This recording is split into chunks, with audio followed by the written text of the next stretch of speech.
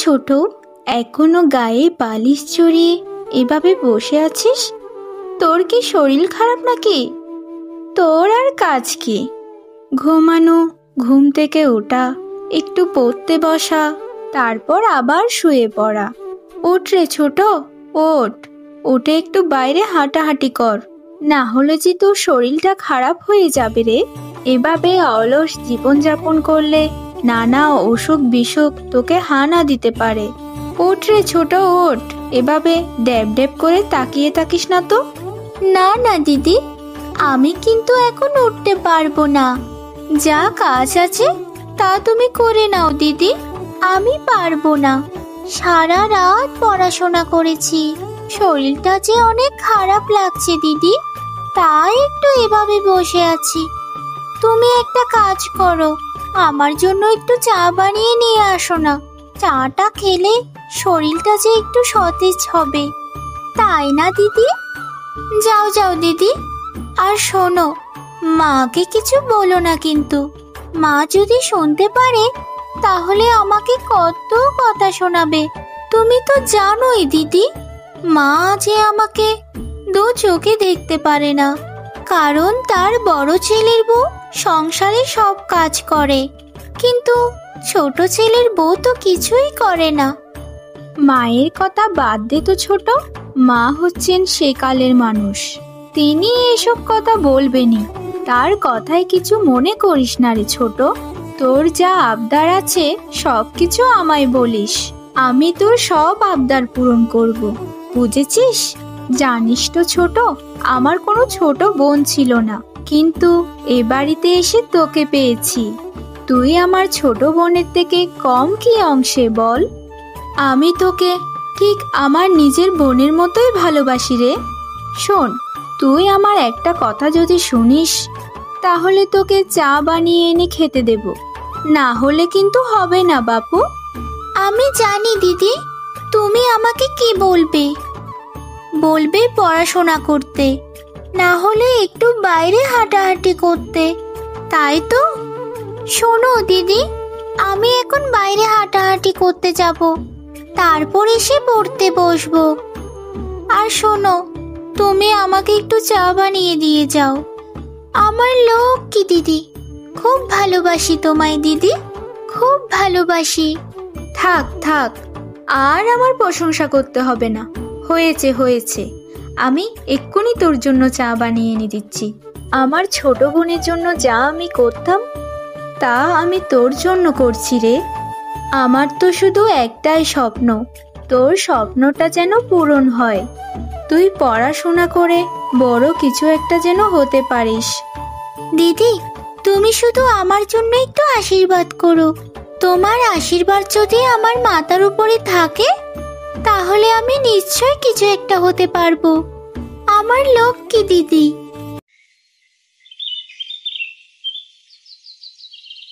বড় বৌমা, ও বড় বৌমা, ছোট বৌমা, ও ছোট বৌমা, তোমরা কোথায় গেলে দুজন?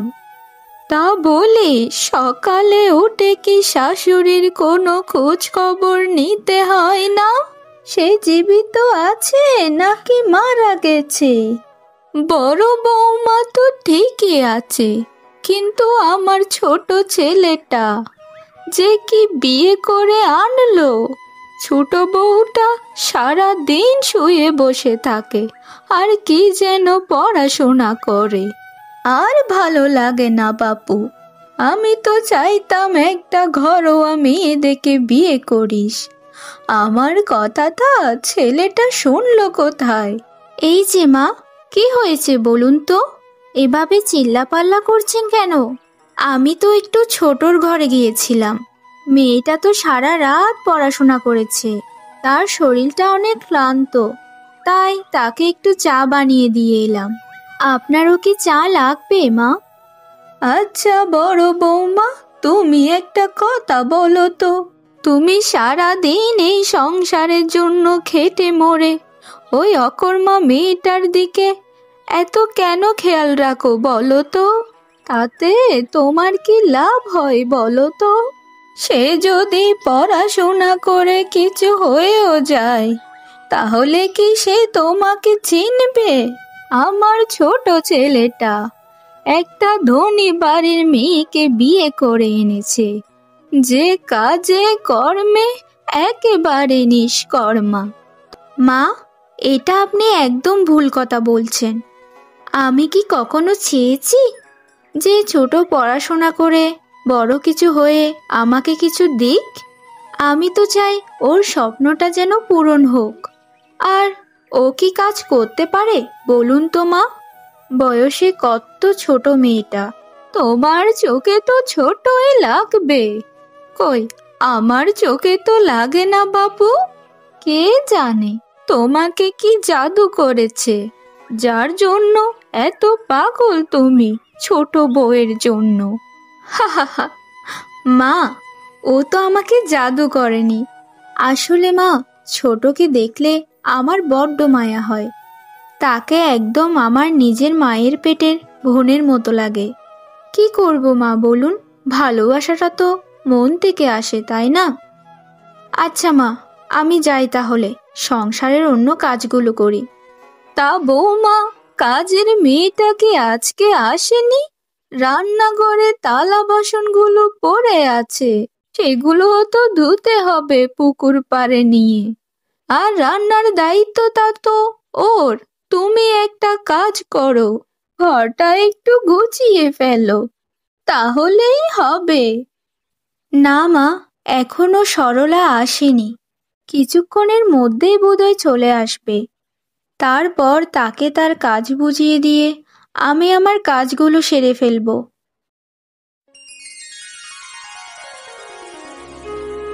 কি রে সরলা, তোর কি হয়েছে বল তো? আজকে আসতে এত দেরি করলি যে? আর তোকে এত মন মরা লাগছে কেন রে?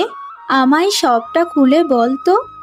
না না, মন মরা নয়, তোর চোখে তো জল। তাড়াতাড়ি বল বলছি, তোর কি হয়েছে? কি বলবো দিদি, আমার যে সর্বনাশ হয়ে গেছে। কত কষ্ট করে নদীর পাড়ে ঘরটা বেঁধেছিলাম, কিন্তু নদী ভাঙনের ফলে আজকে আমার পুরো ঘরটা ভাসিয়ে নিয়ে চলে গেছে। আমি কি করব দিদি?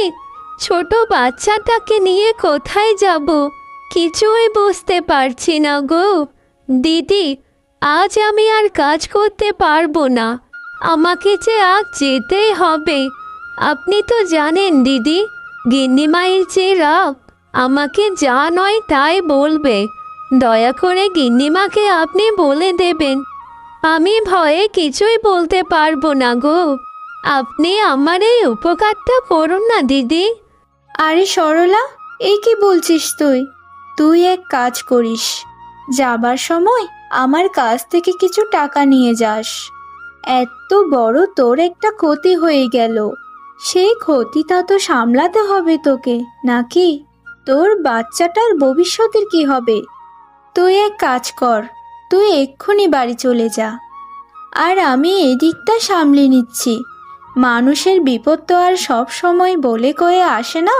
আসলে দিদি, আপনার মতো এরকম ভালো মনের মানুষ যদি এই জগতে থাকতো, তাহলে এই জগৎ আরো অনেক সুন্দর হতো। কত ভালো আপনি, কত ভালো মন আপনার। আপনার জন্য সারা জীবন আশীর্বাদ করি দিদি। আপনি সব সময় সুখে শান্তিতে থাকুন। আমি তাহলে যাই দিদি। আচ্ছা, ঠিক আছে, আমাকে আর এত করে বলতে হবে না। শোন, তুই বাড়ির বাইরে গিয়ে দাঁড়া, আমি তোর জন্য কিছু টাকা নিয়ে আসছি। তোর এরকম বিপদের সময় এই টাকাগুলোই তোকে অনেক সাহায্য করবে। যা যা সরলা, এক্ষুনি বেরিয়ে পড়। তোর বাচ্চাটা বোধ হয় কান্না করছে। আমার তো কোনো সন্তান নেই, কিন্তু আমি তো বুঝি যে একজন মায়ের জন্য তার সন্তান কতটা কান্না করে।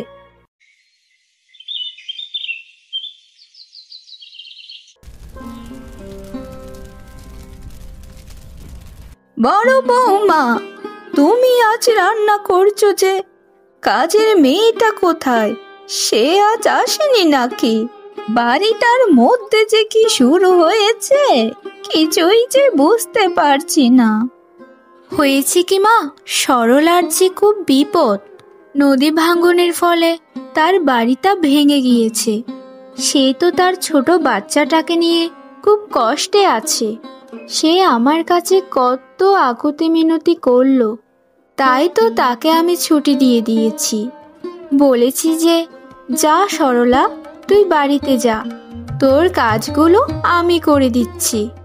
বাবা বাবা, কাজের মেয়ের কাজগুলো তুমি করবে আর ছোট বউয়ের কাজগুলো তুমি করবে, তা তুমি বুঝি একজন বিরাট বড় কাজের লোক হয়ে গেছো নাকি?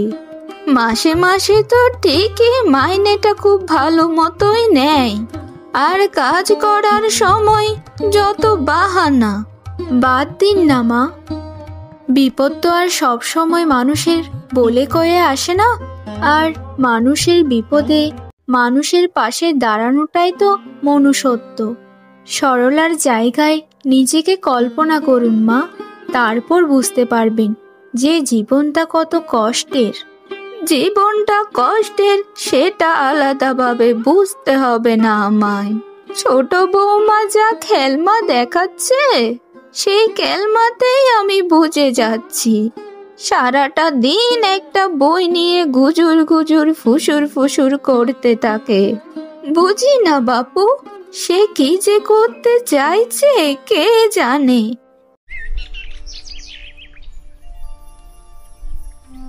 ছোট বৌমা, ছোট বৌমা, তুমি একটা বই নিয়ে সারাটা দিন যে বসে থাকো, তা তুমি কি বিদ্যাসাগর হতে চাচ্ছ নাকি? এই সংসারে তোমাকে এনে বড্ড বিপদে ফেলেছে আমার ছেলেটা। আমার বড় বৌমাটা তো সারাটা দিন কাজ করে, তার কি ইচ্ছে করে না একটু বিশ্রাম নিতে? সারাটা দিনই তো বসে থাকো, একটু কাজে সাহায্য তো করতে পারো নাকি? এভাবে আর কতদিন চলবে? বিয়ে হয়েছে, সংসারটা তো তোমার একটু দেখা লাগবে। মা, আমার কথাটা তো আগে একটু শুনুন। আমি মানে থাক ছোট, তোকে আর কিছু বলতে হবে না, বাকিটা আমিই মাকে বুঝিয়ে বলছি। মা, আপনার সমস্যাটা কোথায় বলুন তো? আমি তো সংসারে সব কাজই করছি, তাহলে ছোটকে কেন শুধু শুধু বিরক্ত করছেন বলুন? সামনে তো তার বড় একটা পরীক্ষা, তাকে তো ভালো মতো প্রস্তুতি নিতে হবে।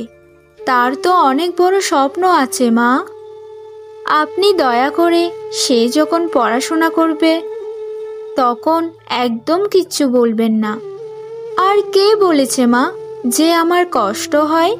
আমার তো কোনো কষ্ট হয় না সংসারের কাজগুলো করতে, বরং আমার আরো ভালো লাগে। আমি তো চাই আমার ছোট বোনটা যেন নিজের পায়ে দাঁড়াতে পারে, নিজের স্বপ্নটা যেন পূরণ করতে পারে। শুধু শুধু আমাদের তাকে বাধা দেওয়ার কোনো অধিকার নেই মা।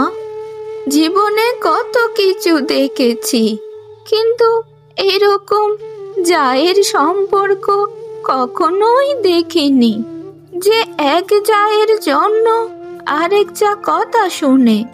তা বড় বৌমা, সে কি তোমার আপন ছোট বোন যে এত মায়া দেখাচ্ছ তার জন্য? এমনও তো না যে ছোটবেলা থেকে তাকে চেনো, হুটহাট পরিচয় হয়ে এতটা আপন হয়ে গেছো কিভাবে? আর নিজের কথা পাগলেও তো চিন্তা করে, যেখানে তুমি শুধু তার কথাই চিন্তা করো। কিছুই বুঝতে পারি না বাপু, সংসারে যে কি হচ্ছে। কে বলেছে মা আমি আমার কথা চিন্তা করি না? আমি সব সময় আমার কথাও চিন্তা করি। তবে জানেন মা, আমার চিন্তার মধ্যে ছোট স্বপ্নটাই সবসময় ঘোরাফেরা করে। আমি তো চাই ছোট পড়াশোনা করে কিছু একটা হোক। কারণ মা, আমার ছোটবেলায় অনেক স্বপ্ন ছিল যে পড়াশোনা করে কিছু একটা হব, কিন্তু দারিদ্রতার কারণে কিছুই আর হয়ে ওঠেনি মা। শুধু বিয়ে করেই এ বাড়িতে চলে এলাম। মা, এই বাড়িতে যদি আমার কথা কেউ ভাবে, সেটা হচ্ছে আমার দিদি। দিদি আমাকে এত ভালোবাসে যে আমাকে তো কোনো কাজই করতে দেয় না। সে তো শুধু বলে যে তুই পড়াশোনাটা চালিয়ে যা, আর বাকি সব আমি সামলাচ্ছি। মা, আপনারা আমাকে একটু সময় দিন দয়া করে। আমি যেন কিছু একটা হয়ে আপনাদের মুখ উজ্জ্বল করতে পারি। আমার উপর একটু ভরসা তো করুন মা, দেখবেন জীবনেও ঠকবেন না।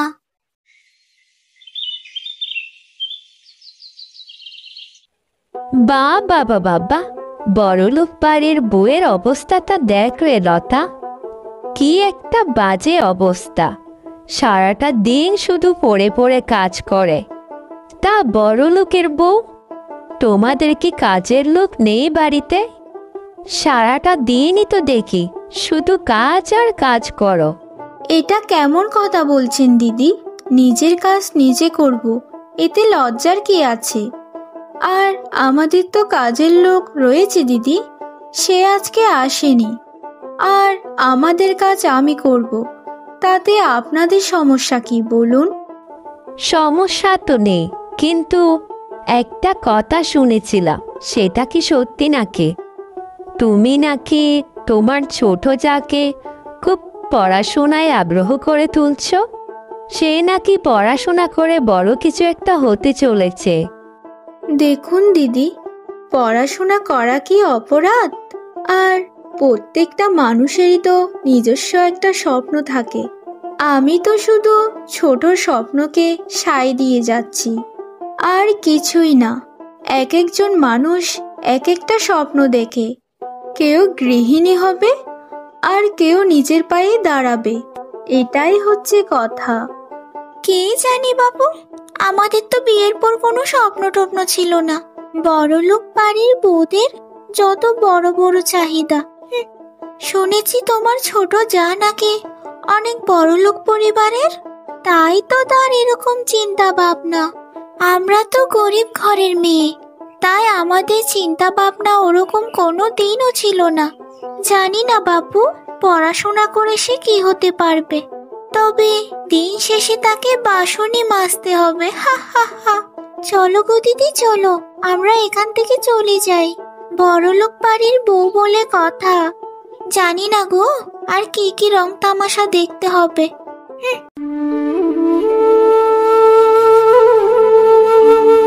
দেখো দিদি, দেখো, আমি আজ আমার স্বপ্নকে পূরণ করতে পেরেছি দিদি। আজ আমি দেশের একজন নামকরা ডাক্তার হয়ে গেছি। দিদি গো, সব কিছুই হয়েছে তোমার জন্য। তুমি যদি আমার পাশে না থাকতে, তাহলে এটা কোনো দিনই সম্ভব হতো না। দিদি গো, তুমি যে আমার জানো, তুমি আমার মায়ের মতো। মা যেভাবে একজন সন্তানের স্বপ্নকে সত্যি করার জন্য সব প্রচেষ্টা করে যায়, তুমিও তেমন ভাবে আমার স্বপ্নটাকে সত্যি করার জন্য খুবই কষ্ট করেছো।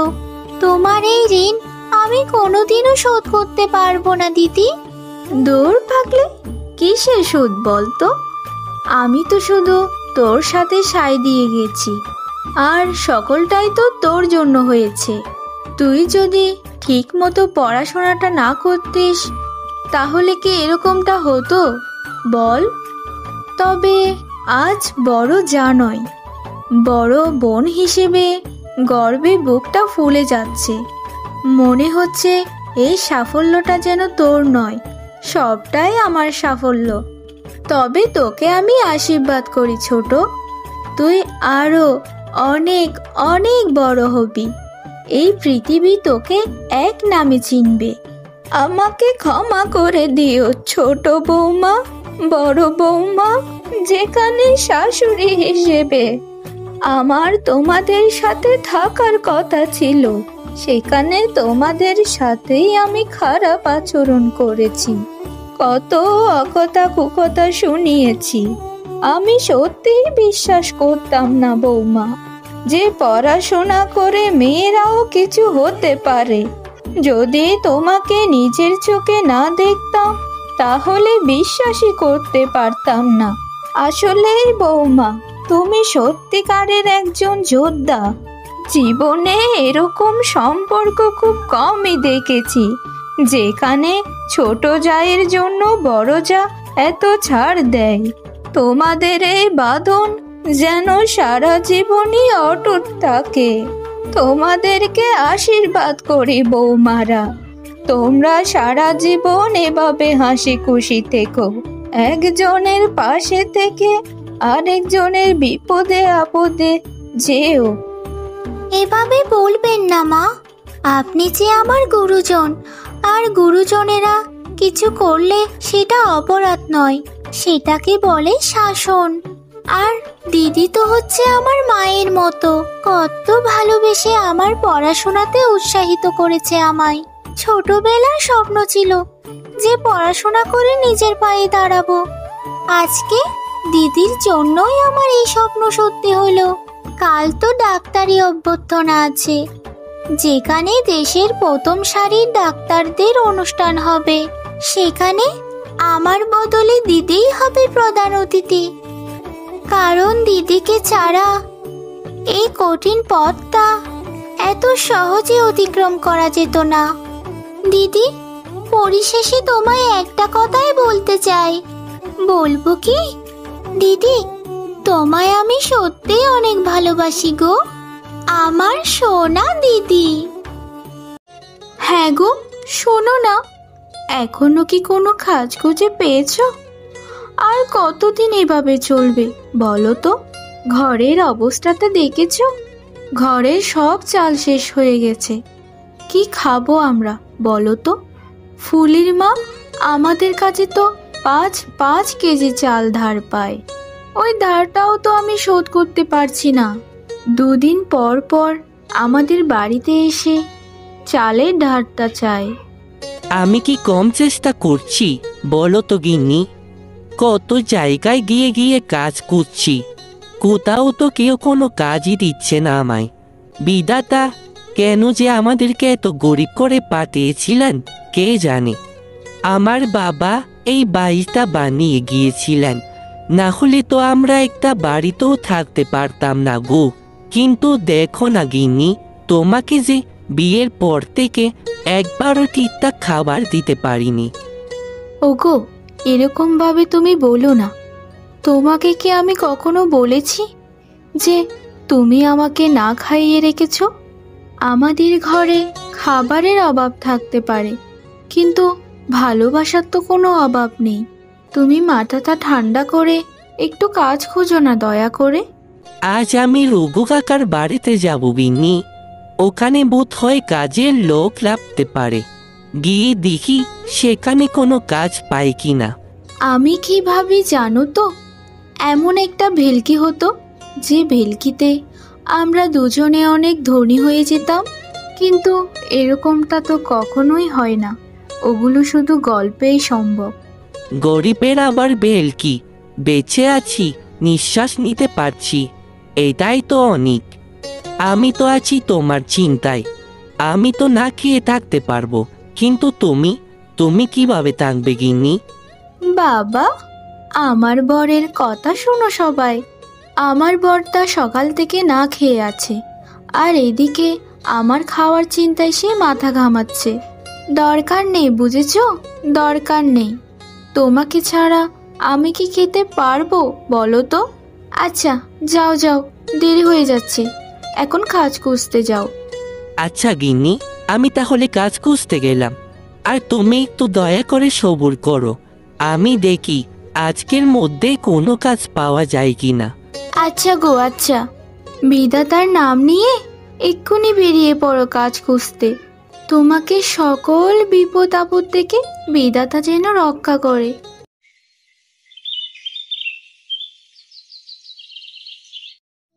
কি গো বৌদি ভাই, তোমার কি খবর? তোমার কাছে এসেছি একটা জিনিস নেওয়ার জন্য। দয়া করে না করো না বৌদি ভাই, খুব বিপদে আছি গো, বড় বিপদে পড়ে তোমার কাছে জিনিসটা চাইতে এলাম গো দিদি ভাই। আরে ঋতু, কি জিনিস সেটাই তো আগে বল। আমার যদি সামর্থ্য থাকে আমি তো তোকে অবশ্যই দেব। আর আমার কি সামর্থ্য আছে সেটা তো তুই নিশ্চয়ই জানিস। ঘরে তো খাওয়ার জন্য কিছুই নেই, এখানে বসে বসে ওনার জন্য অপেক্ষা করছি। উনি তো কাজ খুঁজতে গেছেন, যদি কাজ পায় তাহলে খাবার আনবে। কি চাইবো বলো তো বৌদি ভাই? তোমার কথা শুনে তো মনে হচ্ছে আমার থেকে তুমি আরো বড় সমস্যায় আছো। আর কি বলবো বৌদি ভাই, আমার বরকে তো তুমি জানোই, শহরে গিয়েছিল কিছুদিন আগে কাজ খুঁজতে। আমাকেই বলে গিয়েছিল সে শহরে গিয়ে টাকা পয়সা পাঠাবে, কিন্তু এখনো তো সে কোনো টাকা পয়সাই পাঠায়নি। ঘরে বৃদ্ধা শাশুড়িটা অসুস্থ, সকাল থেকে তো চুলায় আগুনও ধরেনি। এখন এসেছিলাম তোমার কাছ থেকে কিছু চাল ধার করে নিতে। হাসালি রে বোন, হাসালি তুই। যা, তুই একটু কষ্ট করে আমার রান্নাঘরটাই গিয়ে দেখ, আমার চালের হাঁড়িটায় জং ধরে গেছে। ওই হাঁড়িটাও যে আমাকে বলছে যে আমাকে শুধু এনে ঘরের কোণেই ফেলে রেখেছিস, চাল তো এখানে রাখিস না। সকাল থেকে রে বোন আমার চুলোতেও যে আগুন ধরেনি। আসলেই বৌদি ভাই, আমরা কত কষ্টেই না আছি। ঘরের বৌদেরই তো সব সময় চিন্তাটা বেশি করতে হয় সংসারের জন্য। আচ্ছা বৌদি ভাই, তুমিই বলো না, বরের কি কোনো আক্কেল জ্ঞান আছে? ঘরে একটা যে অসুস্থ মা আছে সেটাতে তো তার খেয়ালই নেই। জানি না গো, বরটার কোনো বিপদ হলো কিনা। না হলে তো এরকমটা কখনো করে না সে। প্রার্থনা করো বৌদি ভাই, বরটা যেন সুস্থ থাকে আমার।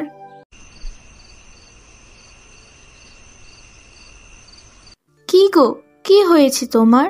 তোমার চোখ মুখ তো সুবিধার লাগছে না। কোনো কি কাজ খুঁজে পেলে, নাকি আজও খালি হাতে ফিরে এসেছো? কি গো, কি হয়েছে বলো না, কোনো উত্তর দিচ্ছ না কেন? আমার প্রশ্নের উত্তর দাও দয়া করে। এভাবে চুপ করে থাকলে যে কোনো কিছুর সমাধান হবে না। আমি যে বাকরুদ্ধ হয়ে গেছি গিন্নি, আমার যে আর কোনো কথা বলারই শক্তি নেই। কেউ যদি অসহায় হয়, মানুষ অসহায়তার সুযোগ নেই, সেটা তো তুমি জানোই। আমাকে গতকালকে রবু কাকা বলেছিলেন যে তার এখানে আমাকে কাজ দেবেন, কিন্তু সেখানে যেতে আমার সাথে খুব বাজে ব্যবহার করা শুরু করে দিয়েছিলেন। বলেন যে সর এখান থেকে, তোর সাথে আমি আর কথা বলতে চাই না। এটা কি কোনো ব্যবহার? আমি জানতাম গো, জানতাম এরকম কিছু একটা হবে। ওই যে একটা কথা আছে না, হাতি বিপদে পড়লে মশাও যে লাথি মারে। আমি কি ভাবছিস গিন্নি জানো তো, আমি শহরে চলে যাব। এই অভাবেই সংসার আমার আর একদম ভালো লাগছে না। কি বা করবো এই গ্রামে থেকে? এই গ্রামের মানুষগুলো আমাকে তো কোনো মূল্যই দেয় না। শহরে যাওয়ার কথা আর একবারও তুমি মুখ দিয়েও আনবে না। তোমাকে তো আমি শহরে যেতেই দেব না। তোমার সাথে থাকলে যে আমার কষ্টটা অনেকটাই লাঘব হয়, কিন্তু তুমি যদি আমাকে ছেড়ে চলে যাও তাহলে আমি বাঁচবো কি করে বলো? তোমার কথা চিন্তা করেই তো আমি কোথাও যাই না গিন্নি। সেই কবে থেকে এই গ্রামেই পড়ে আছি আমি। কি করব গিন্নি, কোথাও তো কোনো কাজই খুঁজে পাচ্ছি না। আমাকে তুমি সুবুদ্ধি দাও। ধৈর্য ধারণ করো তুমি। ধৈর্য ধারণ করলে বিধাতায় একটা না একটা পথ খুঁজে বের করে দেন। তুমি একটা কাজ করো, কাল সকালে আবার কাজ খোঁজার উদ্দেশ্যে বের হইও, কেমন? চেষ্টা করলে তো কোনো সমস্যা নেই, তাই না? কথায় আছে না, একবার না পারিলে দেখো শতবার। ঠিক আছে গিন্নি, আমি তোমার কথাই শুনলাম। তাহলে আগামীকাল সকালে আমি আবারও কাজ খোঁজার উদ্দেশ্যে বের হব। কুসুম, ও কুসুম, বাড়িতে আছিস নাকি রে? বাইরে বেরিয়ে আয়, তোর সাথে যে আমার জরুরি কথা আছে রে। কুসুম, এই কুসুম, ঘরে আছিস নাকি রে বাছা? বাইরে বেরিয়ে আয়, আমি যে তোর পরিচিত রে। আরে বুড়িমা, কে তুমি? আর তুমি আমার নাম জানলে কি করে? আর তোমাকে কোথাও দেখেছি বলে তো মনে হয় না আমার। কি চাই তোমার? আমি কিন্তু আগেই বলে দিলাম, ঘরে জল ছাড়া আর কোনো কিছুই তুমি পাবে না গো। শোন রে কুসুম, আমি যে তোর মায়ের এক দুঃসম্পর্কের পিসিমা হই, তুই তো আমায় চিনবি না। আরে বুড়িমা, তুমি আমার মায়ের পিসিমা হও? তাহলে যে তুমি আমার দিদা। ঘরে এসো, তোমার সাথে বসে দুটো কথা বলি। মায়ের মৃত্যুর পর থেকে মায়ের পরিচিত কেউ তো আমায় একবারও দেখতে এলো না। তুমি তো আমার মায়ের দূর সম্পর্কের পিসিমা, আর আমার দূর সম্পর্কের আত্মীয় হয়েও আমাকে দেখতে এসেছো। আসলে আমি কতটা ভাগ্যবতী। শোন রে বাছা, আমি যে তোর সাথে একটা কথা বলতে এসেছি। তোর রান্নাঘরে বেড়ার ফাঁক দিয়ে একটা জিনিস রেখে এসেছিলাম, সেটা নিয়ে তুই আর তোর স্বামী সারাটা জীবন সুখে থাকিস। এটা যে তোর প্রাপ্য রে, তোর মায়ের তরফ থেকে এটা তোর প্রাপ্য। আমি যাই রে বাচ্চা। কি বুড়িমা, তুমি কিসের কথা বলছো? আমি তো কিছুই বুঝতে পারছি না। তুই আগে রান্নাঘরে গিয়ে দেখ, তারপর বুঝতে পারবি। আমি যাই রে, আমার যে সময় নেই আর।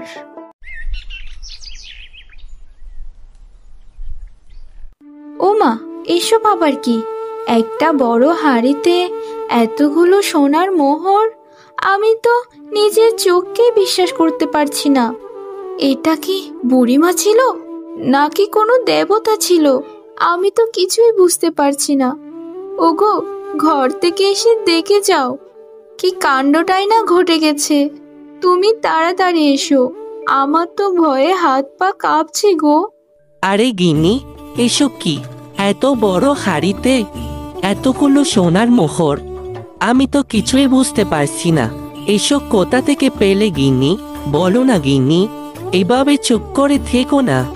এত সব সোনার মোহর কোথা থেকে এলো? আমি তো কিছুই জানি না গো। কিছুক্ষণ আগে একজন বুড়িমা এসেছিলেন, বলেছেন যে মায়ের নাকি তিনি আত্মীয় হন।